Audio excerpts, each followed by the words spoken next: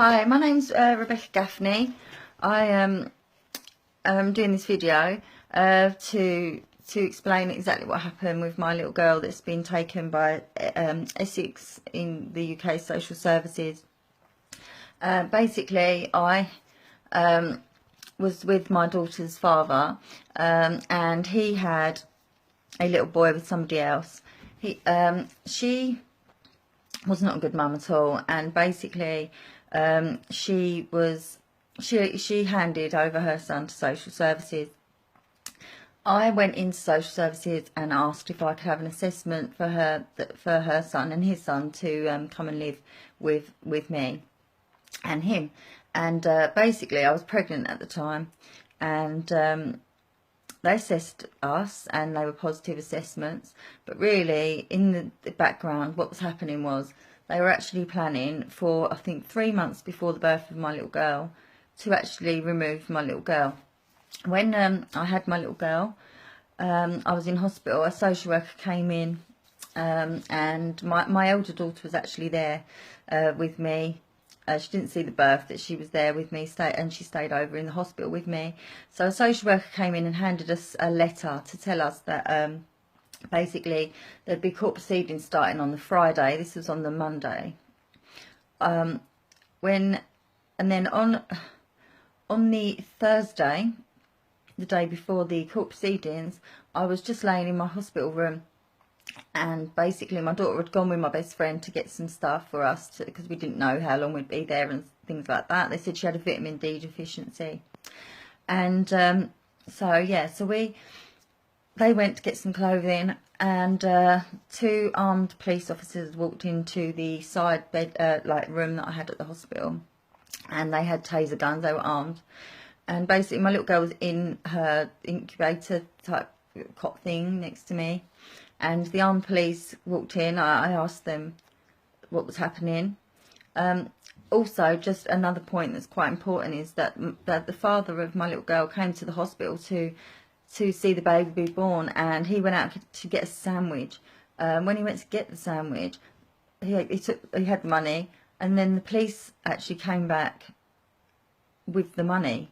This was sort of the first day I went into hospital, which would have been on the Monday. They came back with the money, and they said they'd arrested him because he'd breached some type of bail, and they then put him in prison for 3 days, and it ended up being unlawful, and he had to be compensated for them 3 days.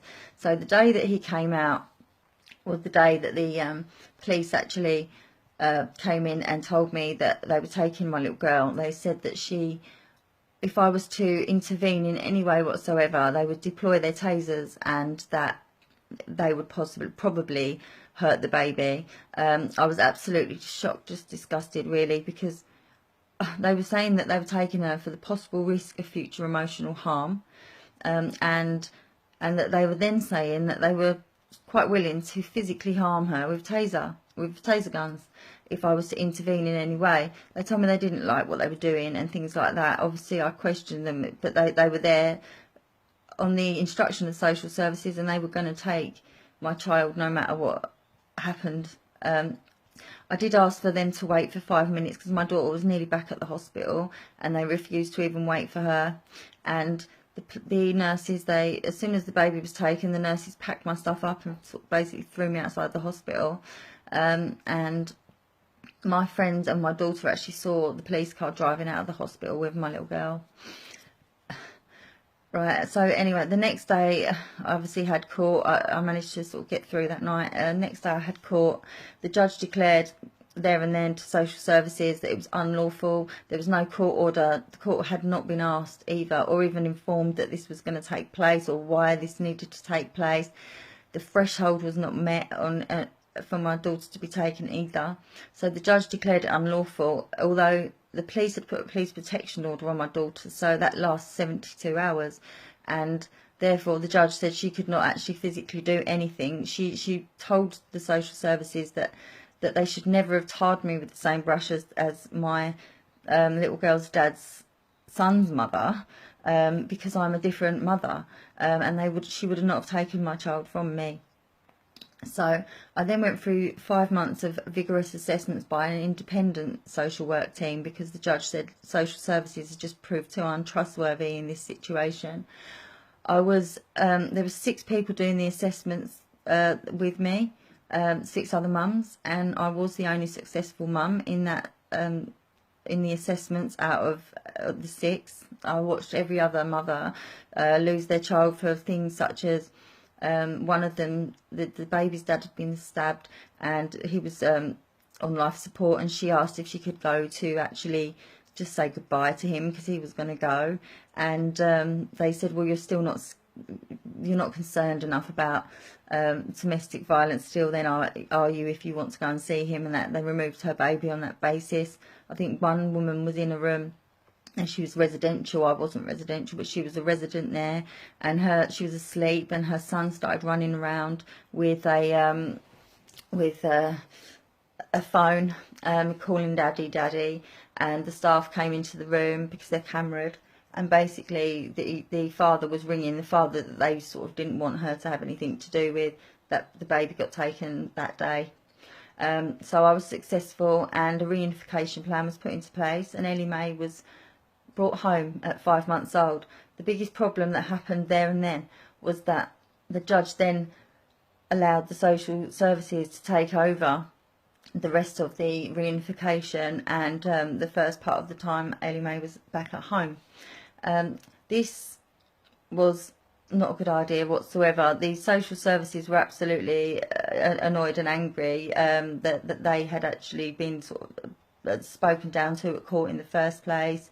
The instructions from service managers must have been clear that they must have this baby at any cost. That's all I can make out of this. They put in an application the day that she came home to the court for her removal again. They continuously put in applications until eventually a judge allowed that application and allowed the social services to remove Ellie Mae.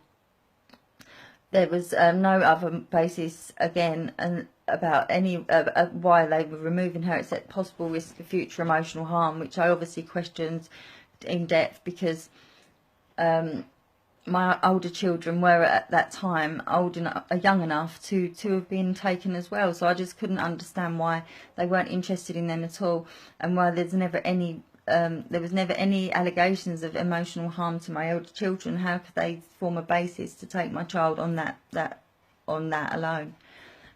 So I obviously fought through care proceedings. They gained an expert that eventually in the Royal Court of Justice in appeal admitted lying for the local authority. This was a police toxicologist who had spent 23 years in the Metropolitan Police. I had 19 hair strand tests done. Eventually in the Royal Court of Justice, a hair expert, a trichologist, actually declared each and every one was actually illegal. Thankfully, during that time, I'd been going to my own doctors because they were accusing me of taking drugs. I went to my own doctors and had urine tests that were monitored by staff every 3 days to make sure that the court had something that was wholesome to know that I actually wasn't. And that was all fine. So I went into a revocation hearing, and I was given permission by a man that was about to become High Court judge the next day, so he couldn't take the full hearing. He gave me permission. He couldn't take the full hearing, so I then went into the full hearing back at the county court, the family court that took that made care and placement orders, and the judge there was the one that had the expert in front of him telling him that I was taking drugs. He absolutely refused the revocation.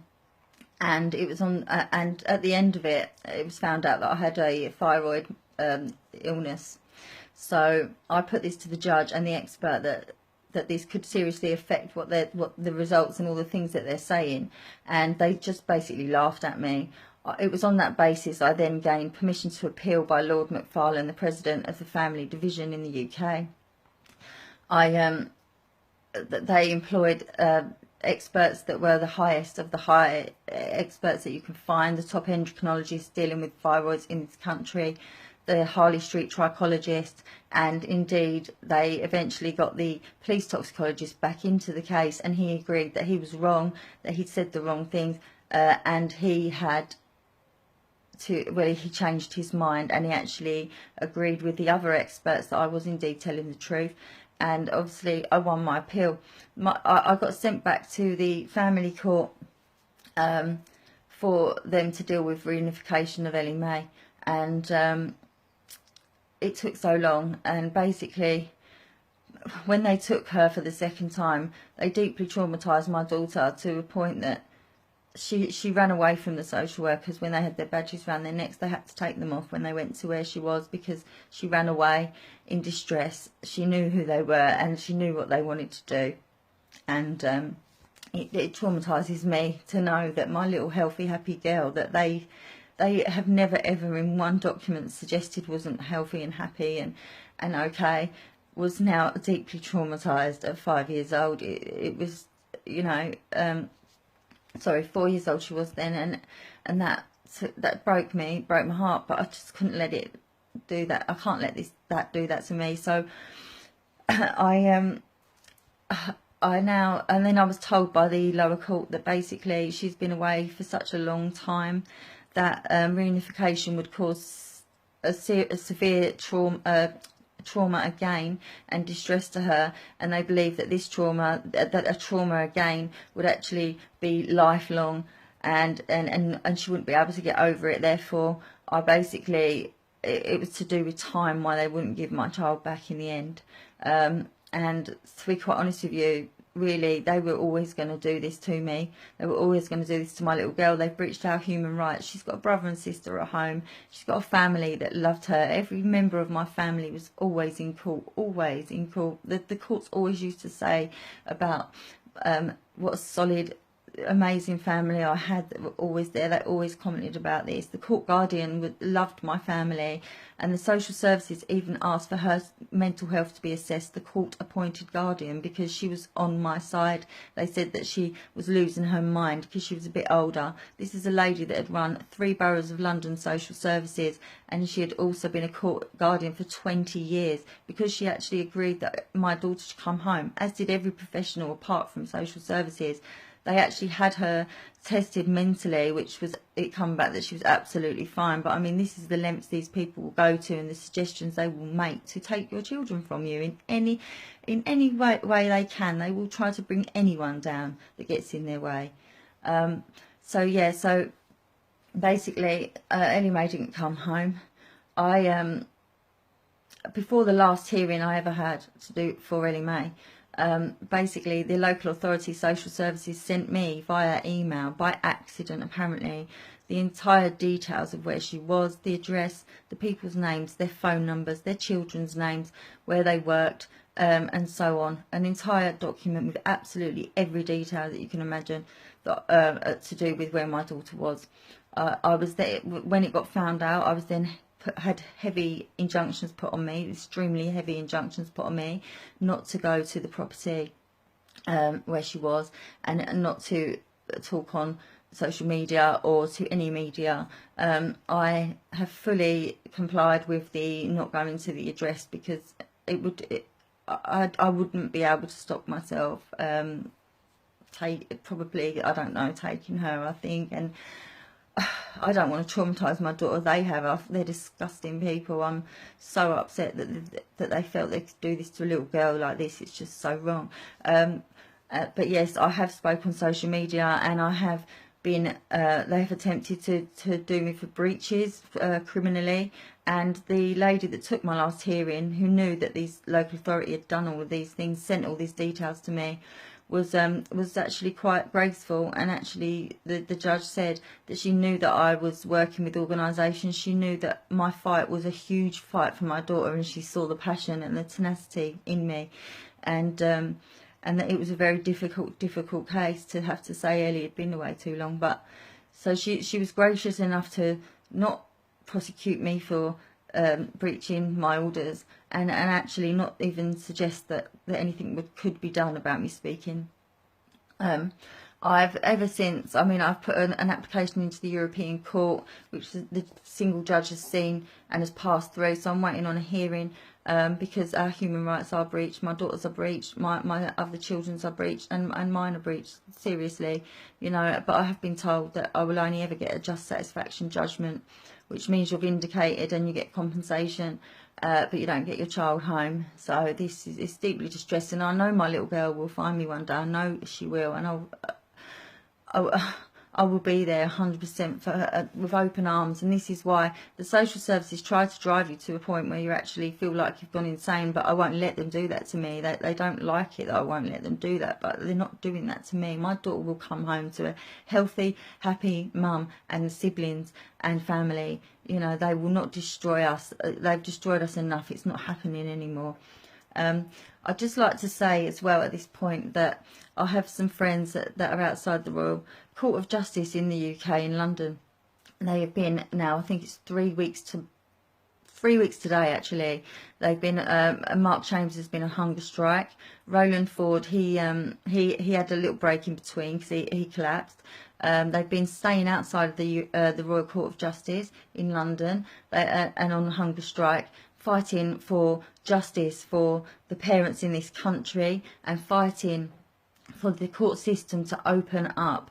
They've had some dialogue from inside the Royal Court, and President McFarlane has asked if they would like a meeting with him.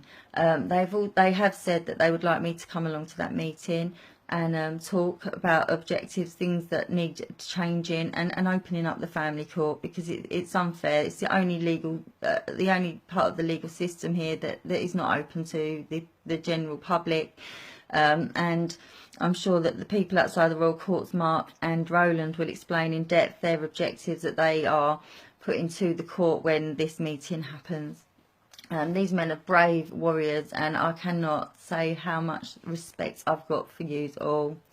I've now, of course, started speaking to the man whose show this is, or the man who's part of what I'm doing this video for.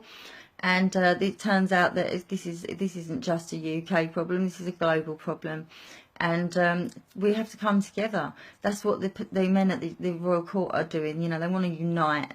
United we stand, united we will win. That's their motto. And also, I've just been told that the people in the man in New Zealand that is going to start over there. A hunger strike is going to be starting this weekend over Christmas. Also, you know, and this is what we need, people. We need to unite throughout the nations. We need to unite throughout globally, you know, because this is happening. They're stealing our children at very rapid rates. You know, I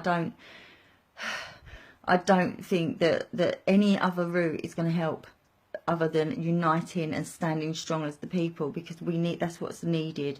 Okay, I've been through every part of this system, and believe me, I've fought it at every level, and I've got nowhere. Even though I've won, and even though, you know, I've been judged, ordered that are in my favour, I have got nowhere. So all I can say is the people of the United States, of Australia, of New Zealand, and anywhere this is happening, we need to join together and make this problem a big enough problem that makes sure that it is going to get heard, noticed and dealt with. This can't go on any longer. So yeah, I'll end my video there, but I would just like to say that all parents, please just think about what you need to be doing to get your children back.